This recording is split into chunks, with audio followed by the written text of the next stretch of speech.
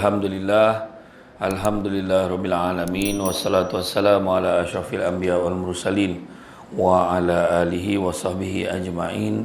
Subhanaka la ilma lana illa ma 'allamtana innaka antal alimul hakim.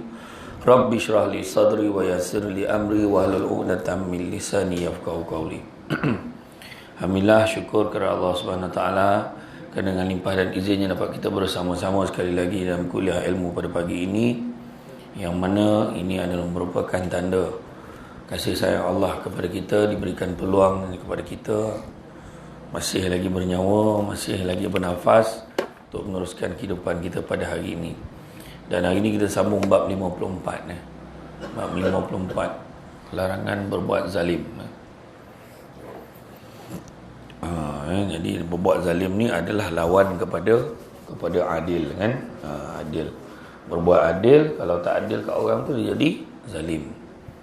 Zalim ni tak semestinya menyakitkan orang, tak semestinya kita memukul orang, tak semestinya kita menyebabkan kecederaan secara fizikal, tak. Dia termasuklah juga kita buat sesuatu yang mengambil hak orang, yang menyebabkan orang tu rasa dirinya dizalimi. Dan kalau dituntut oleh orang tu, parahlah jawabnya, kan? Allah Azza wa Jalla berfirman, nanti akan tahu orang-orang yang aniaya ke tempat mana mereka akan kembali. Surah Asy-Syu'ara ayat 227. Rasulullah SAW bersabda, penganiayaan adalah kegelapan di hari akhirat, hari kiamat. Rasulullah SAW bersabda lagi, barang siapa menganiaya sejengkal saja dari tanah, Allah akan mengalungkan 7 bumi kepadanya di hari kiamat. Baik sikit yang Allah balik banyak sekali, kan? Itu sebab kata tak berbaloi tu, naya orang tak berbaloi. Punca pergi ke pejabat pos, ada bondo kita nak bayar. Kita dah tunggu nombor tu daripada pukul 8 pagi tadi, tunggu nombor kita punya turn dengan ramai-ramai tu. Dah rakyat pukul 9 nak sampai turn kita sikit lagi. Kita tengok orang tu baru sampai, baru parking masuk, tahu pergi kaunter tu bayar. Wah, kau siap kau kata, kan? Bantang-bantang lah dia sama jiran sebelah rumah dia, kan? Yang jiran pun susah hati. Kau dengan jiran pun tak nak tolong. Tu orang kita pula, kan? Jadi kita kena faham tu, kan? Ada hak orang lain rupa kat situ. Dalam sebahagian kitab Allah SWT berfirman, amatlah kemurkaanku kepada orang yang menganiaya orang yang menyembah selainku. Alangkah indah kata seorang penyair, jangan menganiaya saat kau mampu. Akibat penganiayaan adalah penyesalan juga. Kedua matamu tidur sedang yang teraniaya bangun, mohon dibalas kau sedangkan Allah selalu berjaga. Penyair yang lain menyatakan, saat si zalim melangkah di bumi sambil menunggang, terjerat dia dalam buruknya perbuatan. Semua itu akan menghalang hal yang tidak terfikirkan. Kita nampak benda tu macam tak ada apa-apa, kan? Rupa-rupa besar keadaan kat orang lain. Jangan menganiaya saat kau mampu. Nampak? Ayat itu kebiasaan penganiayaan berlaku bila kita mampu lah. Kita mampu, kita boleh bayar, kita boleh buat itu, kita sanggup bayar apa je. Contoh dalam bab berkojo lah, kan? Yang jadi pakai kabel-kabel tu lah, kan? Orang tu layak, dia rasa dia boleh dapat, tak dapat, kecewa dia, kan? Yang seorang ni pula senang-senang ada kona orang dalam, bayar sana bayar sini. Itu sebab barakah daripada rezeki yang kita dapat tu dengan menganiaya orang, dengan mengambil hak orang, itu juga adalah merupakan satu perkara yang akhirnya mendatangkan kecelakaan. Nampak tu? Kedua matamu tidur sedangkan yang tak aniaya bangun. Dia bangun, ya Allah, kau balihlah dia, ya Allah, dia naya aku, ya Allah. Nampak? Allah pula tak pernah tidur. Allah terjaga dong lah permintaan orang yang tak aniaya. Orang yang dizalimi ni, dia punya permintaan tak ada roblok. Tak ada roblok, tahu sampai ke Allah Ta'ala, ya? Baru Salah menyatakan, jangan kau aniaya orang lemah, akan jadi kau orang kuat yang terburuk. Nampak macam tak ada apa-apa, kan? Dia kaya, dia ada kedudukan, habis orang-orang yang tertentu. Dia kata, tak boleh. Contohlah saya ada kedudukan lah, kan? Ada kedudukan. Jadi tak kisahlah mentari kau, rakyat kau tak kira lah. Tapi lepas tu Dalam ramai-ramai yang boleh terima bantuan tu kan, jangan bagi dia ni tak ikut aku ni. Sedangkan orang tu layak. Kan? Macam tu lah benda kita nampak kan kadang berlaku dalam realiti hidup hari ni. Jangan bagi dia sebab dia tak baik dengan aku. Jangan bagi dia sebab dia tak sokong aku. Tak boleh tu. Itu yang banyak berlaku hari ni. Itu sebabnya kita cakap itulah kan, tak patut. Sebenarnya kita kena cakap apa? Jauhkanlah aku daripada benda-benda macam tu. Sebab apa? Kadang-kadang kita cakap memanglah kita tak nak buat, tapi bila kita berada pada kedudukan yang Allah Ta'ala sebut tadi, jangan mengenai saat kau mampu. Bila kita mampu tu, benda tu boleh jadi berlaku. Macam saya pergi bagi talk, ada satu tu dekat ni lah, ada satu institusi lah, tempat belajar yang hebat lah dekat satu baccalaureate, international baccalaureate. Tempat tu nak grade bagus-bagus boleh masuk. Pihak universiti tu, college tu beritahu, poning kepala ustaz. Kenapa pula? Yang layak dah ada, tiba-tiba adalah orang kaya telefon yang berpengaruh telefon, tolong bagi anak dia masuk. Dia kata, dia bayar dia. Bayang tu. Poning kepala kan.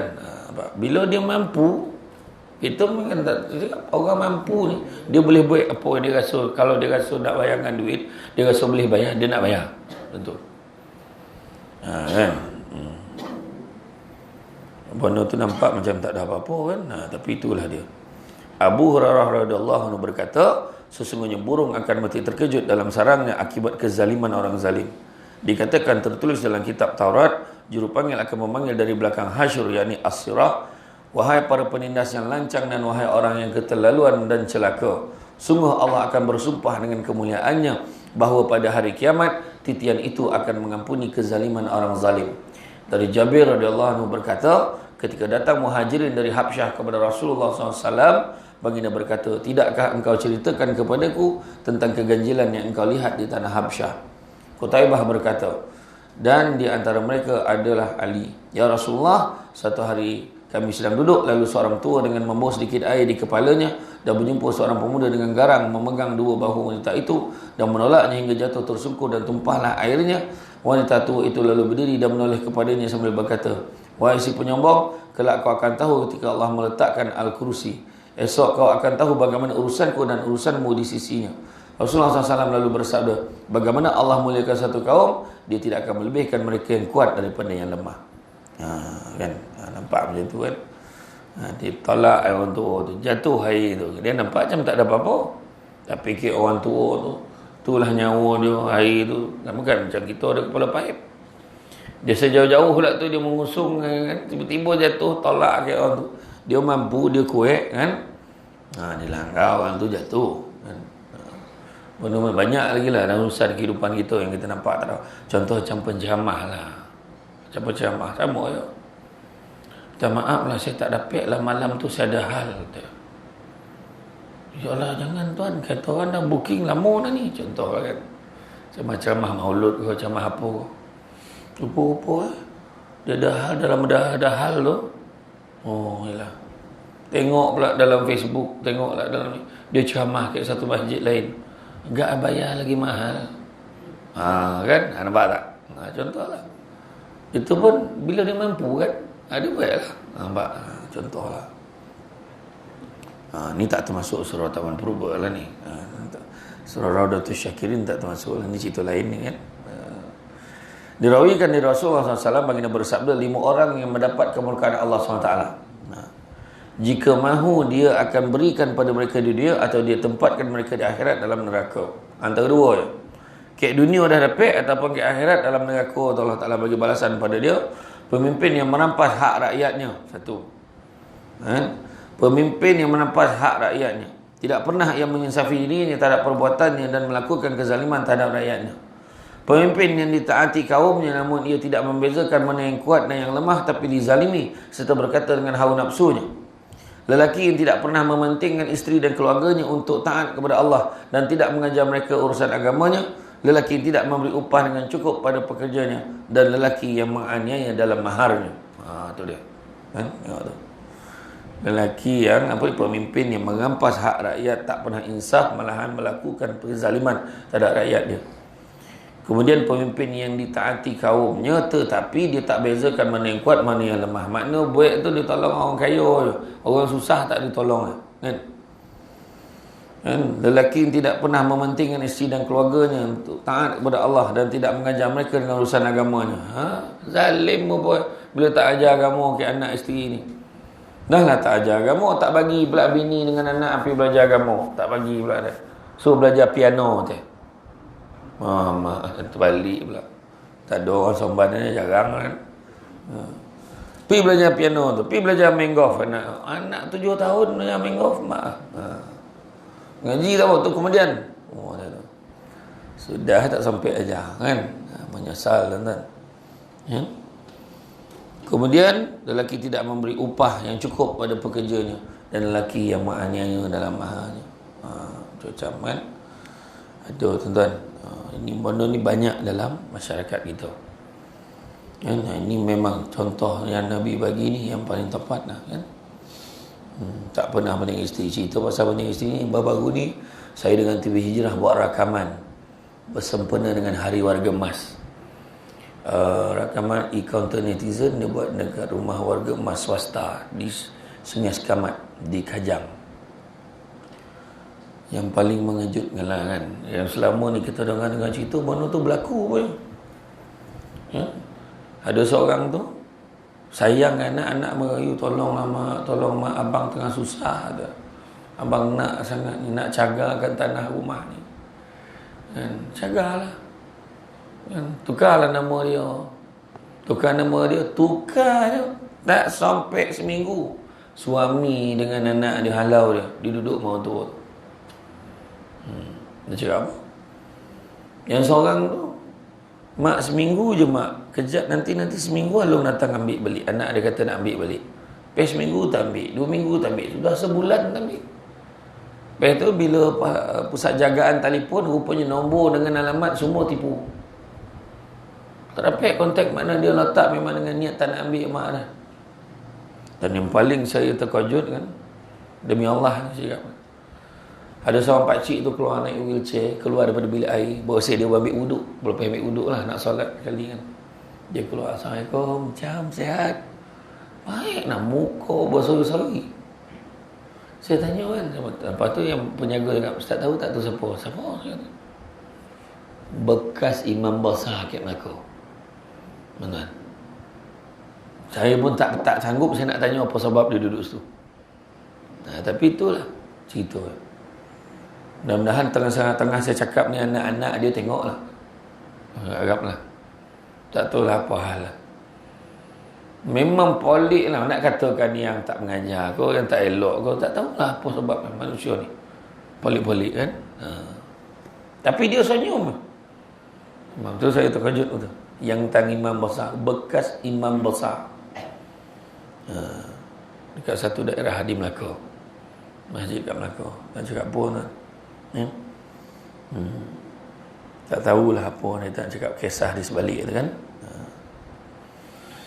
Dan lelaki tak memberi upah yang cukup pada pekerjanya. Kerja tak tahu dah dipotong akan dia nayo kawan tu. Ada tu lah janji macam ni tapi bayar banyaknya. Ada juga.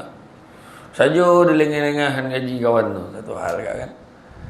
Dan orang yang kalau bekerja gaji dia ambil, saja dia ambil poning kan. Dia dah lah banyak urusan, kita nampak macam tak ada apa-apa.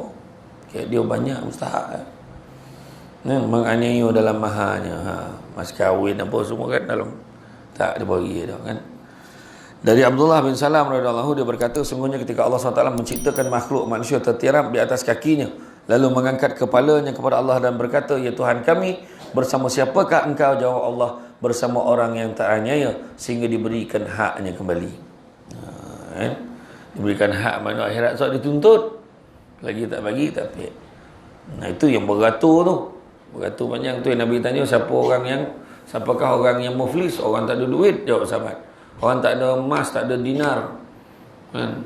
Itulah orang yang miskin, orang muflis tak. Nabi kata, orang yang muflis adalah orang yang datang pada hari kiamat buat segala amal ibadahnya, solat, puasa, mengaji, ibadah, haji, umrah, sebagainya, tapi muflis sebabkan dia menzalimi orang, bercerita buruk pasal orang, mengutuk orang, menganiaya orang.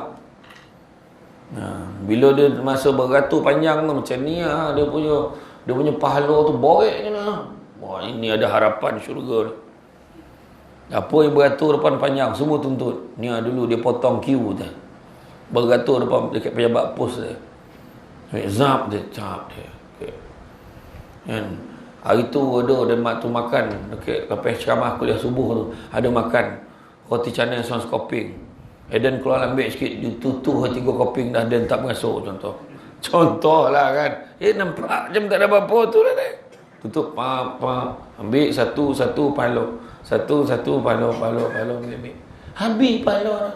Dia dah habis palo, beratur panjang ni, ya Allah. Apa dia orang ni beratur lagi ni, ya Allah. Palo aku dah habis lah. Pada ketika itulah Allah Ta'ala sebut, sebabkan pahala kau dah habis, maka kau ambil pula dosa orang yang beratur tu. Ambil lah dosa orang tu. Tanggung. Itu yang muflis tu. Bukannya kosong account itu, negatif. Ambil pula orang punya. Tu sebab jangan kita menzalimi orang lain. Nabi bagi istilah tu, istilah muflis. Orang Taman Purba sebut bankrupt. Jadi dari Wahab bin Munabbah radhiyallahu anhu, seorang penguasa membangun rumah yang indah dan memagarinya, kemudian datang wanita lemah dan fakir mendirikan rumah yang seberdaya di sebelahnya. Satu hari si penguasa sambil menunggang mengelilingi rumahnya, dia melihat tempat kediaman wanita lemah itu, lalu dia mengelilingi rumahnya, dia melihat. Lalu dia bertanya, siapakah pemilik pondok ini? Dikatakan pondok itu dimiliki oleh wanita tua yang fakir. Si penguasa memerintahkan agar dirobohkan saja. Maka lalu dirobohkan. Kemudian wanita itu datang dan melihat pondoknya telah dirobohkan, lalu berkata, siapa merobohkannya? Dikatakan raja memerintahkan pondok itu dirobohkan. Wanita itu lalu menghadapnya muka ke langit, saya berkata, ya Tuhan, aku memang dalam keadaan miskin, sedang engkau di manakah engkau? Dan Allah SWT memerintahkan Jibril AS agar merobohkan istana raja itu beserta orang yang ada di dalamnya. Dikatakan ketika ayah dan anak lelaki dipenjarakan, si anak bertanya, wahai ayah, mengapa setelah kita berjaya kini diikat dan dipenjara? Si ayah berkata, wahai anakku, doa orang yang tak aniaya dimakbulkan Allah, dan Allah tidak pernah melupakan orang yang tak aniaya.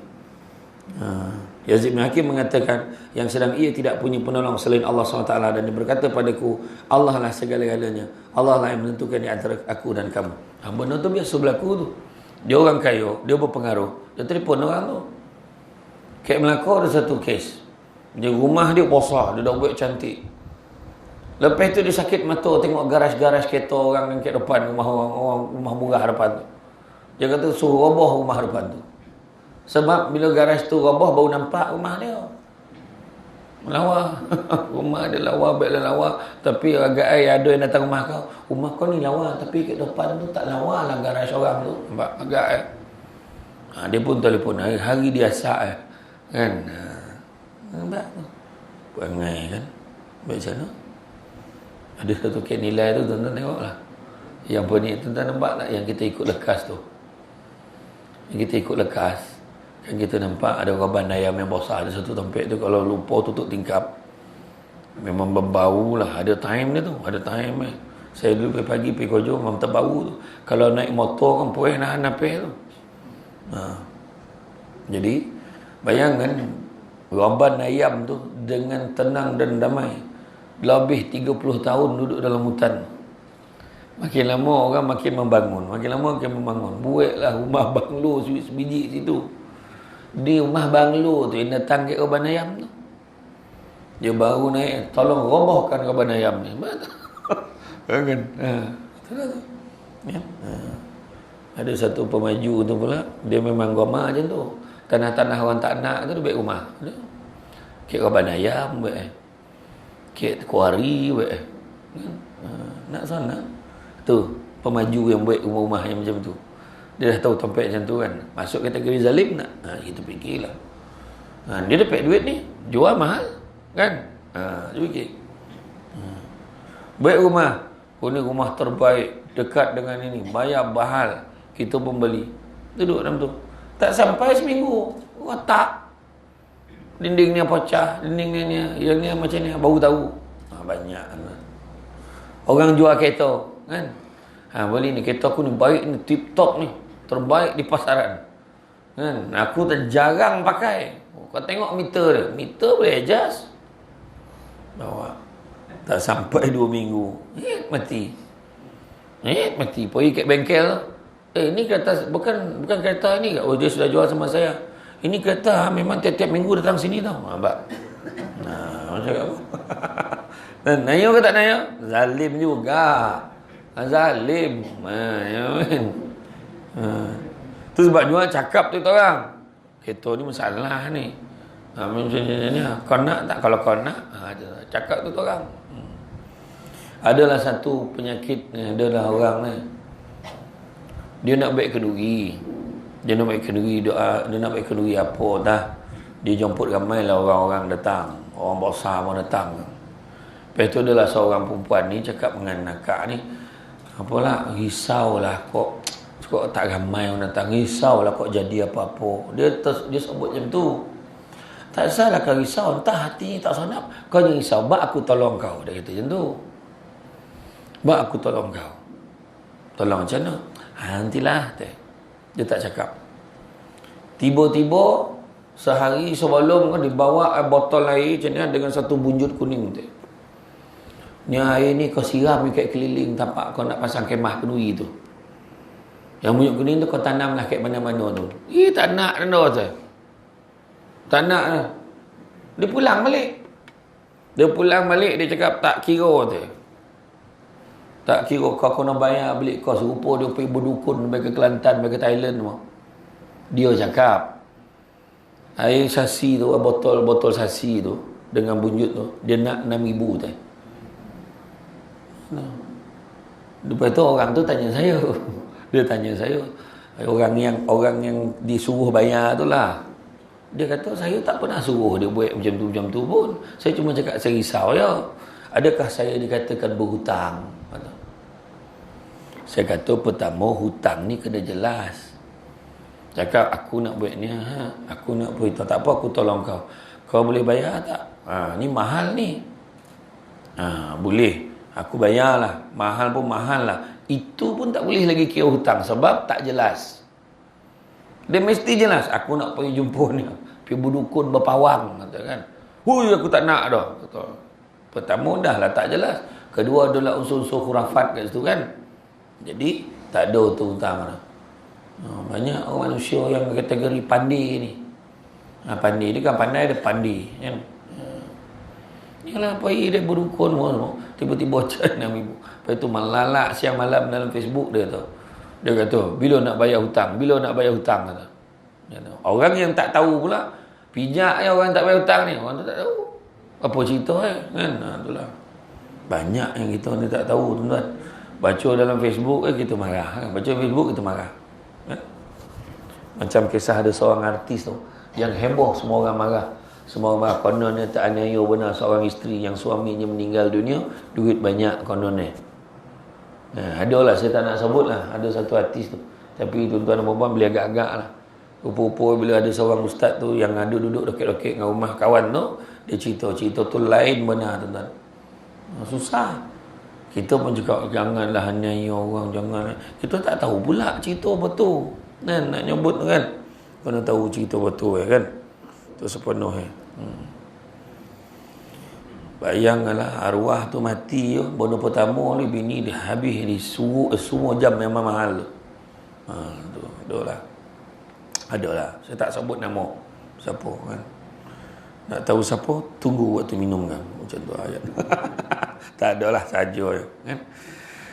Okey, jadi dari Abi Umamah radhiyallahu anhu dia berkata orang yang zalim ketika ia berada di atas titian jahanam pada hari kiamat bertemu dengan orang-orang yang dianiaya dan memberitahukan kezalimannya, maka selalulah orang-orang yang menganiaya bertemu dengan orang aniaya sehingga mereka memberikan sebahagian kebaikannya, dan jika mereka tidak ada kebaikan maka keburukan orang yang tak aniaya ditimpakan kepada mereka sebanding dengan kezalimannya sehingga mereka dilemparkan ke dasar neraka paling dalam. Kan cerita tadi tu keburukan orang tu pula diambil. Tu yang ada orang tu dia pergi surau tidak mengaji, tidak baca Yasin tak, tiba-tiba masuk syurga. Pula tiba dia masuk syurga ni. Rupanya ni sebab orang ngutuk dia berbakul-bakul, orang ambil hak dia kan. Dia jahat adalah sikit, tapi keberjahatan orang kat dia lagi banyak. Itu sebab kalau ada orang kutuk-kutuk kita, senyum tuan-tuan, dia bagi pahala kat kita. Kita lah tak boleh. Pantang colek ya. Colek bongi. Siap kau, kata kan. Sabar kan. Marah ni ada 4 jenis. Satu, dia lambat marah, lambat sejuk. Satu sama satu. Lambat marah, lambat sejuk. Orang ni susah nak marah, tapi sekali dia marah, teruk tu kan. Yang seorang tu cepat marah, cepat sejuk. Dia cepat marah, tapi cepet kat sejuk okey ni, dia ni okey. Okey lah, okey. Boleh lah. Yang ketiga, cepet marah, lambat sejuk. Teruk panggil dia ni. Cepet marah. Dah lah orang kejap marah. Payahlah baik. Tapi yang paling baik dia lambat marah tapi cepet sejuk. Jenis susah nak marah. Dan kalau marah pun kejap juga. Tentu. Kan? Yang seorang tu tak pernah marah. Itu gila tu. Yang tak pernah marah tu orang kalau orang kita lah. Kalau Nabi benda tu tak boleh. Nabi pun marah. Macam mana pula dia tak marah-marah? Makna poning lah orang tu kan. Manusia mesti ada sebab dia nak marah kan.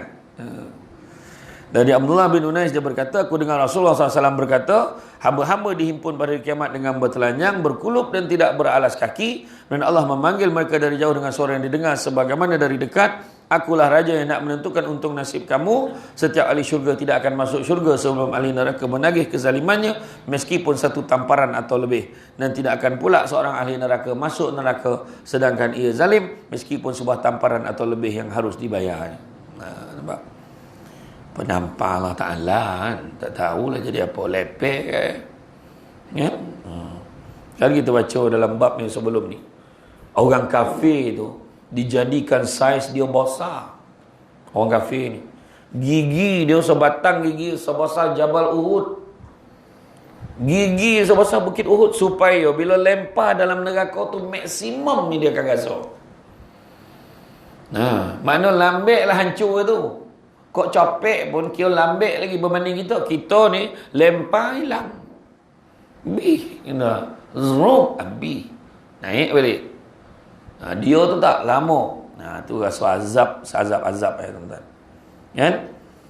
Sebab syukurlah kita ni ada nikmat Islam kan? Nikmat Islam, nikmat keimanan pada Allah Ta'ala tu, doalah supaya Allah sentiasa memberikan kita kekuatan untuk terus istiqamah dalam ibadah kita. Sesungguhnya Tuhanmu tidak menganiaya kepada seorang pun. Kami berkata, ya Rasulullah, bagaimana kami datang dan telanjang berkulup dan tanpa alas kaki? Rasulullah SAW bersabda, itu bergantung kepada balasan kebaikan dan keburukan. Tuhanmu tidak akan menganiaya pada seorang pun. Dari Nabi SAW baginda bersabda, barang siapa memukulkan pukulan dengan zalim, tentulah dia akan dikisas pada hari kiamat, akan dapat balasan. Dia jadi ketua kan, dia tampar staff pum, ambil kau. Dia rasa dia bos, dia boleh tampar. Dia rasa macam tu. Tuan-tuan, kayak kilang-kilang, kadang-kadang ada tempat-tempat tertentu yang dia rasa dia boleh buat, dan orang cukup takut dengan dia. Tapi kalau orang tu rasa dia teraniaya dan dituntut, tuan-tuan, habis. Diceritakan seorang raja mengambil seorang guru untuk mengajarkan ilmu pada anaknya dan mendidik tetamu. Setelah anak itu menjadi pandai dan berakhlak, pada satu hari si guru memanggilnya lalu memukulnya tanpa sebab. Guru pukul dia tanpa sebab. Perbuatan guru itu menimbulkan perasaan benci pada anak raja itu. Apabila ayahnya meninggal, dia menggantikannya sebagai raja. Kemudian dia memanggil guru tadi dan bertanya kepadanya, mengapa engkau pukul aku pada hari itu tanpa sebab? Guru berkata padanya, ketahuilah wahai raja, setelah engkau pandai dan berakhlak, aku tahu engkau akan menjadi raja. Justru aku ingin engkau merasakan sakitnya dipukul dan pedihnya dizalimi, supaya sesudah itu engkau tidak menganiaya pada seorang pun. Maka si raja berkata padanya, sebab Allah membalas kebaikanmu, sambil memberinya sekadar hadiah. Ada sebab ada sebab. Ya, ada sebab. Tu sebabnya kita tengok kan orang dulu ni dia mengajar tu dengan hikmah. Kan ada ruatan dia sahabat. Itu sebab kita yang orang tua yang hari inilah yang masa kecil-kecil dulu belajar. Kena sahabat tahu kan? Orang dulu kan sahabat bertanda-tanda berdarah tapi tak ada berdendam dengan guru dah. Rupanya hari ni semua cakap, patutlah dia rotan aku, hello aku. Patutlah dipukul aku. Tapi hari ni cikgu merotan goram. Abah rotan anak, lepas goram kan nak sampai mati rotan anak. Gila tu. Kan? Yang berlaku kes yang masuk penjara ayah tu. Rotan anak sampai mati. Macam mana tu? Itu bukan rotan, membunuh dah habis. Kan? Punya goram mana. Tapi orang dulu macam mana? Dia rotan tu ada doa kan lah. Dalam hati dia dah letak lah. Aku ni rotan nak didik. Macam tu lah. Ada dotik hati tu. Sebab dulu bukan sebab duit ngajar lah. Tak ada. Apa duit pun tak ada. Kadang dah habis bulan ngaji nangkor bagi. Nio bagi. Bagi apa barang dia boleh bagi, boleh bagi dulu. Sekarang kan duit. Kan? Itulah dia. Macam saya cakap dulu lah. Krisis masyarakat hari ini satu jawapan yang paling besar.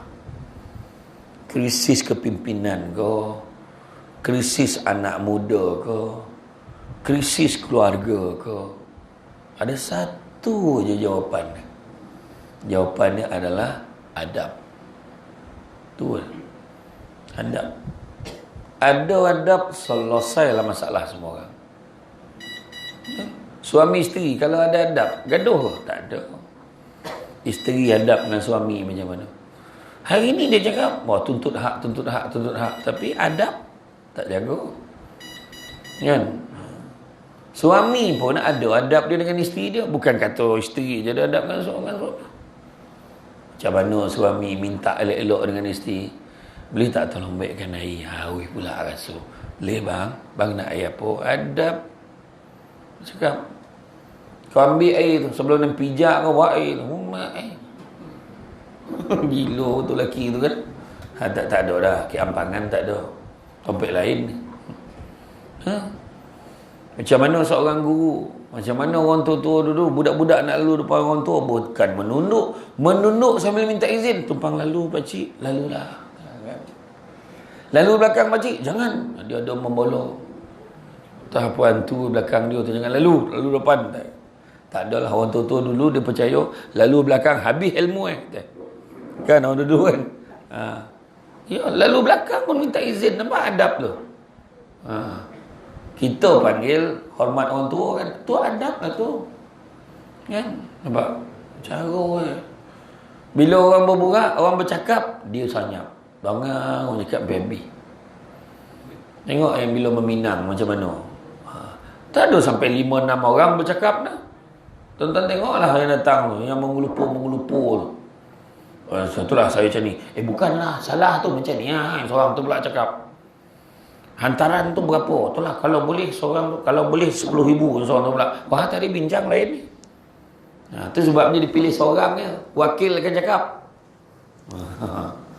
Arwah Abah saya tu selalu jadi wakil pergi minang dengan orang ni. Abah saya tu macam ni. Cakap semua dah settle dah, semua dah bincang lah. Cuma jadi wakil. Boleh Abah saya. Apa lepas tu tuan orang sana nak tanya, hantarannya berapa? Sudah. Tadi tak ada dalam briefing tadi. Arwah Abah saya pun cakap, sini lah tuan.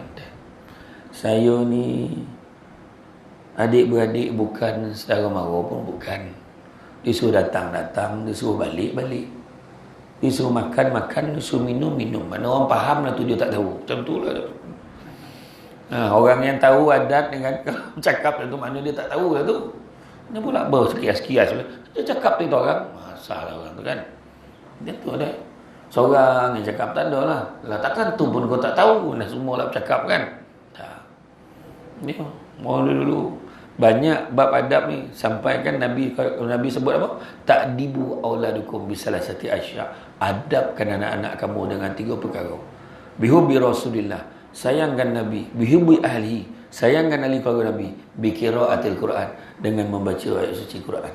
3. Bihubbi Rasulillah. Sayangkan Nabi. Yang kedua, bihubbi ahlihi. Sayangkan ahli keluarga Nabi. Yang ketiga, biqiraatil Quran. Dengan membaca Quran. Itu 3 cara nak adabkan anak-anak kita. Tu Nabi ajar. Imam Syafi'i buat macam ni. Ambil idea pun. Tengah dalam kelas. Imam Malik tahu kau buat apa tu Syafi'i? Marah guru. nak tunjuk adab ni penting. Imam Syafi'i jawablah, demi Allah, tuan guruku, aku tak ada duit nak beli pen dengan kertas, maka aku gunakan air liur aku ni sebagai dakwat untuk aku menulis di tapak tangan aku. Itu dia. Kita janganlah buat, memang tak boleh baca kan? Tapi maksudnya tarang hati Imam Syafi'i ni dengan air liur dia, dan dia nak, dan betul dekat mesej nak beritahu pentingnya adab. Imam Malik kata ilmu biar tak tinggi tapi jangan tak ada adab. Tu Imam Malik sebut kan. Yang tak ada adab tu, yang dia jadi dia aniaya orang, dia zalimi orang, dia tak rasa apa tu, dia rasa betul. Semalam ada seorang artis ni, dia tanya, dia dah kahwin 10 tahun.